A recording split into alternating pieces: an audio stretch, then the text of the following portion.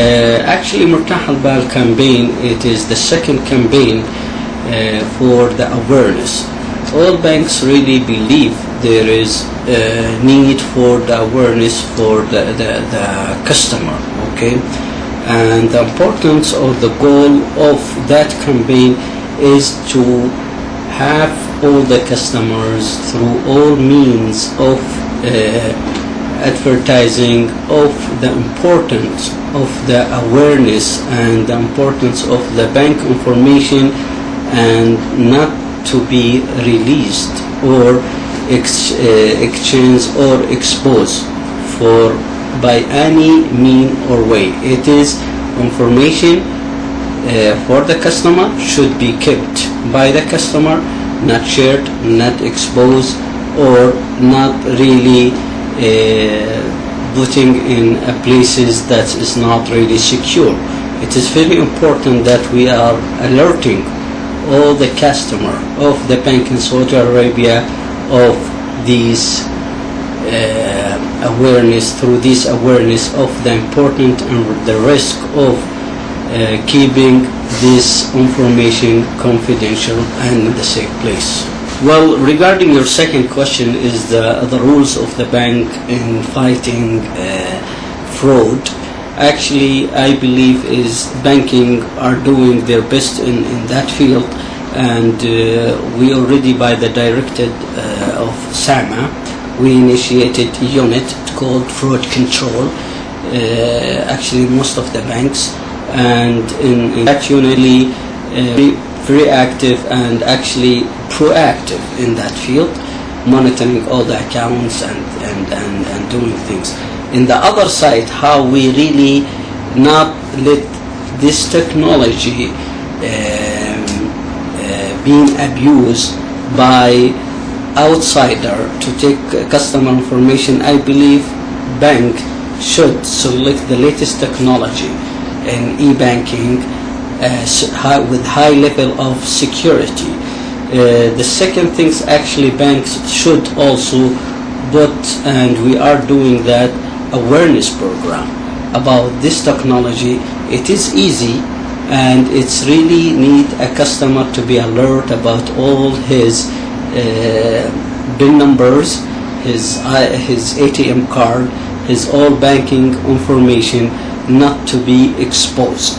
The third things, actually banking is they do inform SAMA if there is any suspicious activity from outsider or insider need. It is wanting to take some information about the customer, or they are abusing the naive customer, or a customer who's not really alert. If there is any incident, after the bank do a full investigation, it goes to SAMA, and SAMA from there goes to the government official offices related to fraud or counterfeits or anything we think it is really a crime.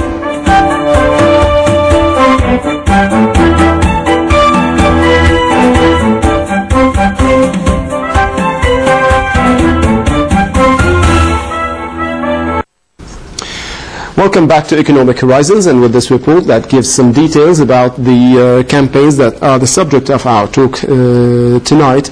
Let me start with you again, Mr. طلعت حافظ, being the Secretary General of the Media and Banking Awareness Committee. Can you give us a little bit some account of the first phase? Okay.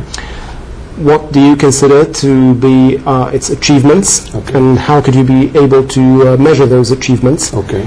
And again, leading towards the second phase, which has recently started. Okay, I believe measuring the success of the first phase and also the second phase is the reaction of the public. You know, our customers in the first place, the bank's customer, but also general public, whether being a customer of our banks or non-customer of our banks, by the level of awareness. So what we usually do towards the end of each phase, we deploy a professional company that will measure the benchmarking towards where did we start, you know, the level of awareness, if you will, and then towards the very end, towards of the campaign, we do another measurement as a benchmark, and we see how the level of improvement, and where do we need to improve, where do we lack. Towards the end of this, even before we start any phase, we do some sort of measurement and survey, and we see where do we lack, where do we need to really emphasize, if you will, of course, our awareness efforts.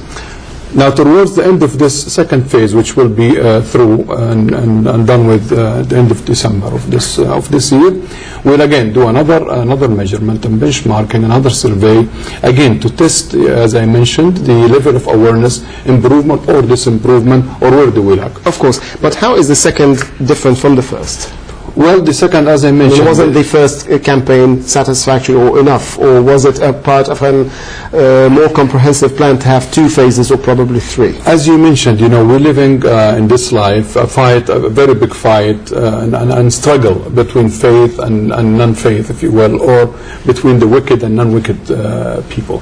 So this, as mentioned, that Dr. Sultan has mentioned, that, despite that the revolution improvement, an advancement, if you will, in the e-banking, e-commerce, what have you. On the contrary, there are also a raise in the level of crime, this electronic crimes. So that will continue. As a matter of fact, this phase 2 is part of a long-term strategy. Probably will last for 3 to 5 years, maybe more. Now, this is very much depends. Each phase we will measure, as I mentioned, and we see how the level improve or disimprove. Luckily so, the first stage, it was a very successful one. However, we still need, it's an ongoing, it's like an evergreen kind of, awareness program. Now, the second phase, I'm sure the outcome will be better, much better than the first phase, and so on and so forth. Will we stop? I don't think we believe that we will stop, because as I mentioned, and Dr. Sultan has rightly mentioned, the technology do change. Of course, it is ever evolving and ever developing. But also at the same time, the criminals and the bad guys, they also change their tactics, if you will, and their plans and their thinking. So we always have to cope with them by, creating, fighting back, if you will, their plans. So the first phase was a success to us, and that's encouraged us to go into the second phase with a little bit of improvement. As I mentioned, in case so far in the Kingdom of Saudi Arabia, yet we don't have a common, like an organized crime. But as I mentioned, 1 or 2 cases really would... the crimes are not coming from inside the kingdom? No, not even from, definitely, as an organized crime, all the issues that we have. And you will notice that the launch of this phase has came parallel to the start of the summer season. Basically because as I just mentioned, that a lot of people are traveling abroad. And some countries, they have, a weak economic system or a weak account or a weak banking system, and this is where the frauds take place, and this is where we're gonna, made our customers aware. Be careful when you use the electronic channels abroad, or your credit card, or your banking card in that regard. Just take precaution measures. Don't scare yourself, of course, so much, but take precaution measures. Let me turn now to London with Mr. Marwan Al-Afif. Mr. Marwan, how serious are such crimes in Europe, for example, in the United Kingdom, being from London?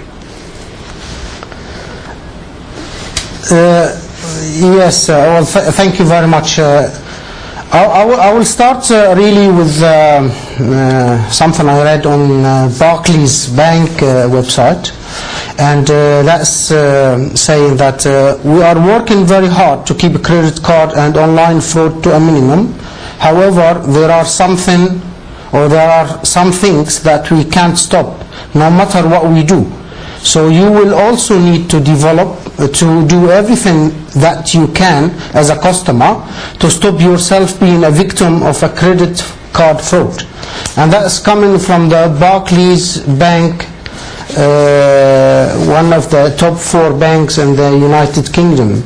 So a bank in that size, they can't do everything to stop fraud for online banking or for the credit cards fraud online.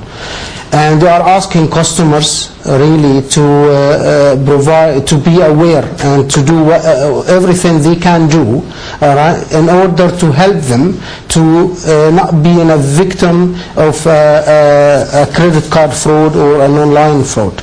I mean, basically, the size of the problem here in the United Kingdom is very large, and probably in comparison to what's happening in the Kingdom of Saudi Arabia, we can say it's really big. I mean, I was going through numbers from 2008 saying that statistics showing that in 2008 the United Kingdom fraud cost the United Kingdom almost 30 billion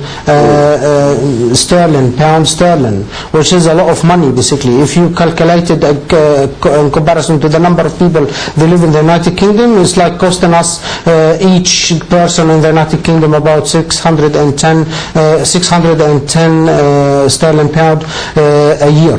Well, that is a very big number. That's the number from 2008. If we are looking for the latest numbers from 2009, and that's only focusing on the online banking and credit card fraud,